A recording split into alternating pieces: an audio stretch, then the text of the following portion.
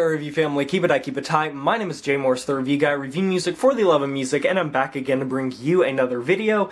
And in this one I'm going to be covering the new Slaughter to Prevail record entitled Kostolom. Slaughter to Prevail is a Russian deathcore band that burst onto the scene and maintained a level of popularity and hype surrounding them in the 2010s that, where deathcore is concerned, was practically going unparalleled and still to some degree lays in that field. And this can be chalked up to numerous reasons. First off, while bands like Shadow of Intent are playing around with melodicism in deathcore music, and bands like Within the Ruins, Born of Osiris, Veil of Maya are toying around with the djent and progressive hyper-technical edge that deathcore can come to offer, Slaughter to Prevail chooses to go down the road of pure brutality and hatred. For someone like myself that has come to grow such an affinity for this style, this breed of extreme music, and I would say it's one of my most well-versed genres out there in terms of hearing hundreds upon hundreds of bands doing their own little thing, it is very rare to see a band on the back of heaviness alone be able to build up a catalog, a profile, a level of hype, and continue that for longer than maybe a couple albums. So for a band to sort of rise above the corpse pile, it's always admirable and it's always impressive, but it was also worrisome. How much of Slaughter to Prevail was just the snowball effect and the ripple in the water, if you will, like someone throwing a pebble on the water? Is it going to create a track that lasts? And I think when it comes to hyped up deathcore bands, if any band was able to do that, and would be able to do that, not only with their own community and fan base, but their sound as a whole, it would be Slaughter to Prevail due to their range, their superiority, and the way that they come across just with this middle finger mentality. The other factor that built up a lot of their hype is, of course, Alex Terrible, the cover artist extraordinaire. Seriously, if you have not looked at this dude's YouTube channel, you are missing out. Not only is he one of the funniest fucking frontmen in metal right now, but he also brings metal into so many different songs that you wouldn't necessarily think would fit it, and he does it with just an amazing air of confidence and swagger. When Slaughter to Prevail were kickstarting their career, a lot of people like to question Alex's vocals. They questioned if they were distorted, if they were pitch shifted, if they were, you know, automated in some way, if there was some sort of mixing magic at play or production that was making him sound more ghoulish than he is. But I can promise you that this walking stick of hatred and testosterone is very much a real human being. And as a result of this, Alex Terrible, just because of all of this, like the perfect storm, has become a household name not only in deathcore but metal in general, being associated with these otherworldly vocals that sort of transcend what we thought was capable. Deathcore is known for upping the ante and pushing the envelope when it comes to vocals, with vocalists like Dickie Allen and vocalists like Austin Dickey just really pushing a lot of boundaries in their own sphere, but Alex Terrible just brings a certain kind of range that you rarely see from a lead vocalist, and luckily people appreciate that. Unfortunately, Slaughter to Prevail, ever since their debut studio length following their EP, Misery Sermon, they've just been kind of quiet, and fans have been thirsting and hungering for new material. While Alex has been active, there's been this itch in the back of people's minds.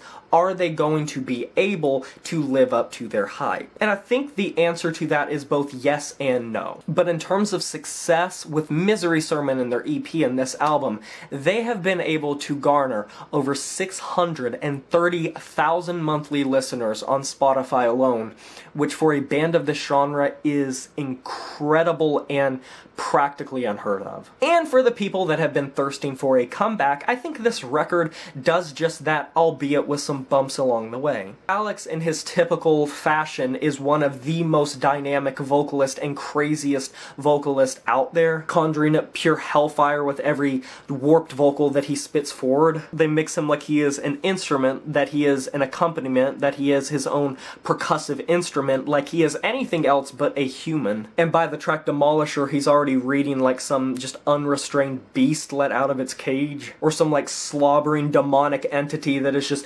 breaking out of its chains and lumbering through to just wreck cataclysm on the world. And while Misery Sermon certainly had the it factor, the wow factor, the zeitgeist factor, I think they've even on certain tracks here turned up the instrumentation if that was even possible. Because the guitars just service like labyrinths, touring around these creepish off-kilter riff lines that vary decently widely, ranging from these proggy zip lines to over-the-top chugfest type riffs similar to Infant Annihilator. And the drum work is ghoulish, but what do you expect from this band? They always have been that way on these projects. Specifically, breakdowns are Lorna Shore levels of destruction, and just deathcore bands just continue to reinvent themselves and make breakdowns just find new ways to make them sound destructive in ways that you feel like they shouldn't be able to, and it's just snarl your nose worthy. The snare sound has that great tin can-like quality that I love to hear, especially in breakdown portions when they are in theory more simplistic. Absolutely sinister. Too many moments to count. It would sound like such a dirty snare hit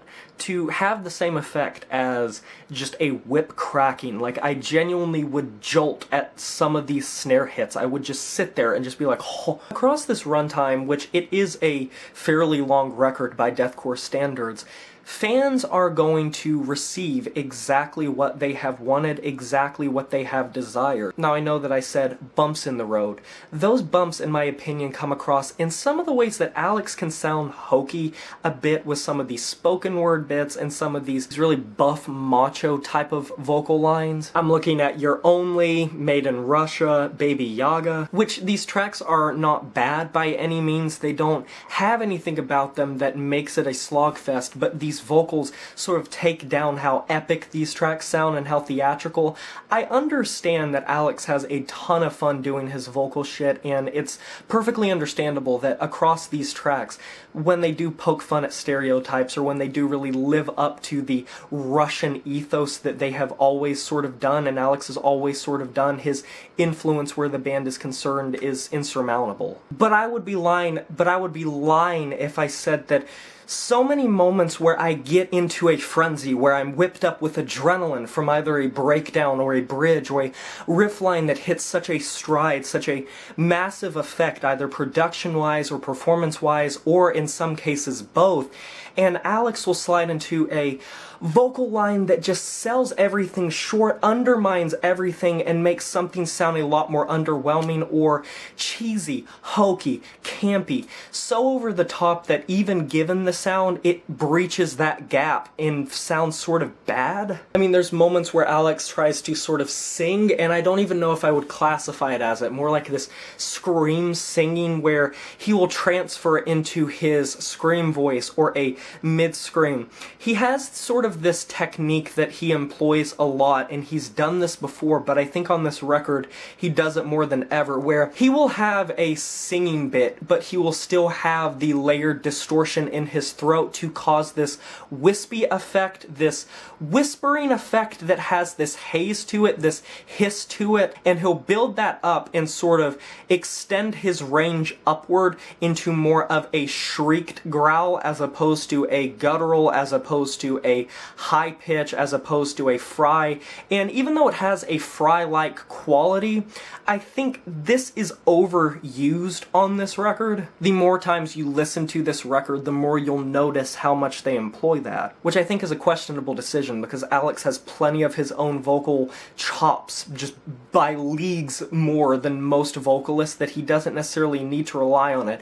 Is it unique sometimes? Does it add this cool little like, ooh, that's kind of neat, that's a neat idea? But once it starts to get overdone, that's where it can become a slog. And with this record being almost 50 minutes long, I think it can feel a little bit fatigue-inducing after a while, whether that be the breakdown after breakdown after breakdown, but I can't say I'm not just super intoxicated by this record and pulled into this record and roped in, and for a longtime fan that can be very critical of deathcore music, especially when it's not doing anything to really keep me invested in it, Slaughter to Prevail's tone, their performance, their chemistry with each other, is just at the top of their game for a damn reason, and that's why they are seeing so much success. It's one of those success stories where it's reasonable while they're doing well. So stepping into this record, if you enjoyed Misery Sermon or didn't enjoy Misery Sermon, I don't think you're probably going to either like it or dislike it anymore, given your first impression of this band.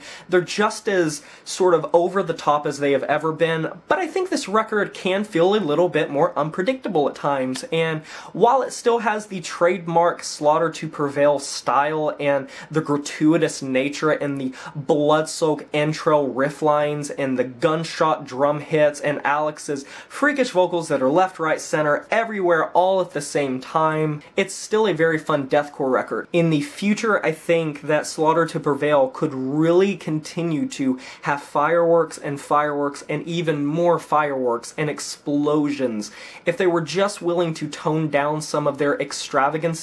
I understand that's their headline and one of the reasons, if not the main reason, that draws people to them, because they are just so awe-inspiring. But in the field of so many over-the-top deathcore bands, I think they sometimes need a little bit more than they service up here. But otherwise, I am very satisfied with the sound of this record. Production work is amazing, and even though I do prefer Misery Sermon to this record, and I wish I could score it even higher than I am, I think I'm going to rest comfortably at a 7 out of 10. And that is a wrap. Have you heard this new Slaughter to Prevail record, Kostolom? If you have, let me know in the comment section below what you thought about it. I would love to discuss this record with you. Be sure to like this video if you enjoyed it, subscribe to join the review family today, and smash that notification bell to be notified of my future uploads. You know who it is, my name is Jay Morris, the Review Guy, and I'm signing off saying farewell.